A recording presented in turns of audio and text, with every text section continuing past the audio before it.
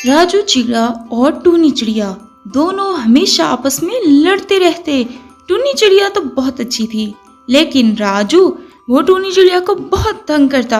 तोता मियाँ का बेटा राजू चिड़िया था और मीनू चिड़िया की बेटी टूनी चिड़िया थी। मीनू अपने दोनों बच्चों से बहुत प्यार करती, वो राजू चिड़िया हो या टूनी चिड़िया, दोनों को एक साथ बैठकर पढ़ाती और अच्छी तालीम देती, अच्छी तरबियत करती। राजू चिड़िया और टूनी चिड़िया मिलकर स्कूल जाते, एक ही क्लास में पढ़ते थे। तोता मियाँ वैसे तो गुस्से वाले थे, लेकिन राजू में और टूनी में कभी कोई फर्क नहीं करते थे। एक दिन टूनी चिड़िया बैठकर कमरे में टीवी देख रही होती है। उतनी ही देर में वहाँ पर राजू चिड़िया आ जाता है और आते ही टूनी चिड़िया से कहने लगता है, उठो, ये मेरा वक्त है टीवी देखने का। पता नहीं कहां कहां से लोग आ जाते हैं। टूनी चिड़िया फिर राजू चिड़िया की बात मानकर वहाँ से उड़कर चली जाती। टूनी चिड़िया घर में डरी सहमी रहती। उसको बाप का प्यार तो मिल रहा था, लेकिन राजू चिड़िया उसे बहुत तंग करता। टूनी चिड़िया पढ़ाई में बहुत अच्छी थी, वो अक्सर अपने कमरे में बैठकर भी ज्यादा से ज्यादा पढ़ती ताकि वो स्कूल में पोजीशन ले सके, और वो ऐसा ही करती। हर साल वो बहुत अच्छे मार्क्स लेकर आती। दोनों के पेपर नजदीक थे, दोनों वक्त पर स्कूल जाते और वक्त पर ही वापस आते।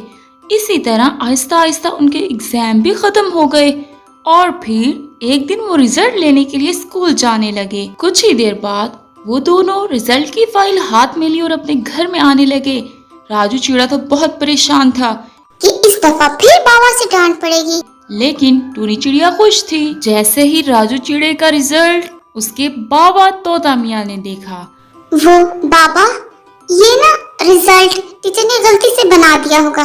मैंने तो आपने देखा था कितना पढ़ा था, मैंने तो फिर पोजीशन लेनी थी, लेकिन बाबा हर बार की तरह टीचर ने ही गलत नंबर दिए हैं मुझे। जैसे ही तोता मियाँ ने राजू चिड़िया की फजूल बात सुनी और उस पर गुस्सा हुए और कहने लगे, हाँ जी बेटा, हाँ जी, आपकी टीचर को तो आपसे खास कोई दुश्मनी है।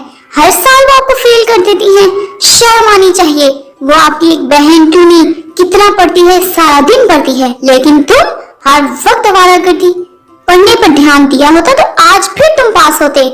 आइंदा मैं तुम्हें स्कूल नहीं भेजूंगा और तुम काम पर लगोगे, ये मेरा आखिरी फैसला है। कुछ ही देर बाद राजू चिड़िया वहाँ से उड़कर चला जाता है और फिर एक खूबसूरत सी नदी के किनारे बैठकर शदीद गुस्सा निकालता है और सोचने लगता है, इस टूनी चिड़िया का तो कुछ ना कुछ करना पड़ेगा। ये हमेशा ज्यादा नंबर ले जाती है और मैं पीछे रह जाता हूँ, और बाबा हमेशा इसकी तारीफ करते हैं। अब मुझे कुछ करना होगा, इसका तो काम ही तमाम करना होगा। एक तो राजू चिड़िया पढ़ता नहीं था, दूसरा टूनी चिड़िया की पढ़ाई की वजह से राजू चिड़िया को बहुत मसाइल पेश आते थे। कभी उसके बाबा डांटते तो कभी स्कूल में टीचरें। शदीद गुस्से की हालत में राजू चिड़िया अपने रिजल्ट वाली फाइल इस नदी में फेंकता है। क्या अगर मैं टूनी चिड़िया को भी इस नदी में फेंक दूं तो मजा आ जाएगा, किस्सा ही खत्म हो जाएगा इसका तो। लेकिन वो कैसे? टूनी चिड़िया तो कभी भी मेरे साथ नहीं आएगी, ना ही उसकी चहेती माँ और बाबा आने देंगे मेरे साथ उसे। कोई और हल सोचता हूँ। राजू चिड़िया बहुत ही शरीर और बदतमीज होता जा रहा था। फिर उसने कोई ना कोई हल तो सोचना ही था। अचानक से टूनी चिड़िया अपने बाबा के पास अपनी रिजल्ट वाली फाइल लेकर आ गई।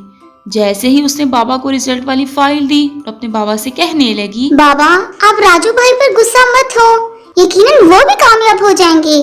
मैं उन्हें पढ़ाया करूंगी, बस आप उनसे कहें कि वो मेरे से पढ़ लिया करें। बाबा वो मैंने पूरी क्लास में पोजीशन ली है, आप मेरे मार्क्स चेक कर सकते हैं। जैसे ही तोता मियाँ टूनी चिड़िया का रिजल्ट चेक करते हैं तो उनका गुस्सा गायब हो जाता है और फिर टूनी चिड़िया को शाबाश देने लगते हैं और कहते हैं, तुम ही मेरी बेटी हो, बहुत मेहनत करती हो। बेटा कामयाब होने के लिए मेहनत तो जरूरी है। कुछ दिनों बाद तोता मियाँ अपनी बीवी मीनू चिड़िया को आवाज देते हैं, मीनू बात सुनो, जल्दी आओ, एक जरूरी काम है। मीनू कहाँ रह गई हो? अक्सर जब तोता मियाँ गुस्से में बोलते तो मीनू घबरा जाती और फिर घबरा कर तोता मियाँ को जवाब देने लगी। आई, बस आई जी, किचन में काम कर रही थी। जी जी आ गई, बताइए। तोता मियाँ मीनू चिड़िया से कहने लगते हैं, मीनू कल गांव में एक शादी है, हम दोनों को वहाँ भी जाना है। तैयार रहना, टाइम से 4 बजे का वक्त है।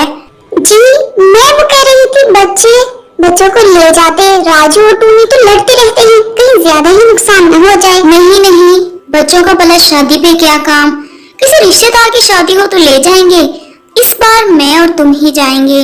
तैयार रहना, कल हम दोनों साथ निकलेंगे। फिर मीनू चिड़िया टूनी चिड़िया को आकर बताने लगती हैं, बिटिया कल मुझे और आपके बाबा को शादी में जाना है, तो आपने राजू भाई से कोई झगड़ा नहीं करना, सिर्फ अपने कमरे में बैठकर स्टडी करनी है।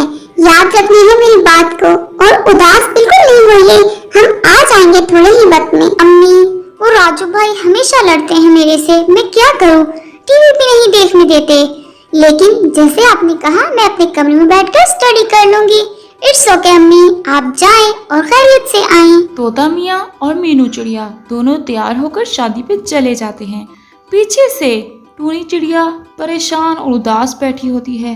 फिर वो वहाँ से उठकर अपने कमरे में स्टडी के लिए आ जाती है। टूनी चिड़िया अपने कमरे में बैठकर स्टडी कर रही होती है। राजू चिड़िया वहाँ से मौका देखकर टूनी चिड़िया के कमरे में आ जाता है। ए छिपकली, बात सुनो जरा मेरी इधर। हर वक्त जो पढ़ाकू बनी रहती हो ना, तुम्हारी वजह से मुझे बाबा मामा इतना डांटते हैं। जी राजू भाई, मैंने क्या किया? अब तुम्हें तो मैं बताता हूँ, आजकल बहुत जुबान चलने लगी है तुम्हारी।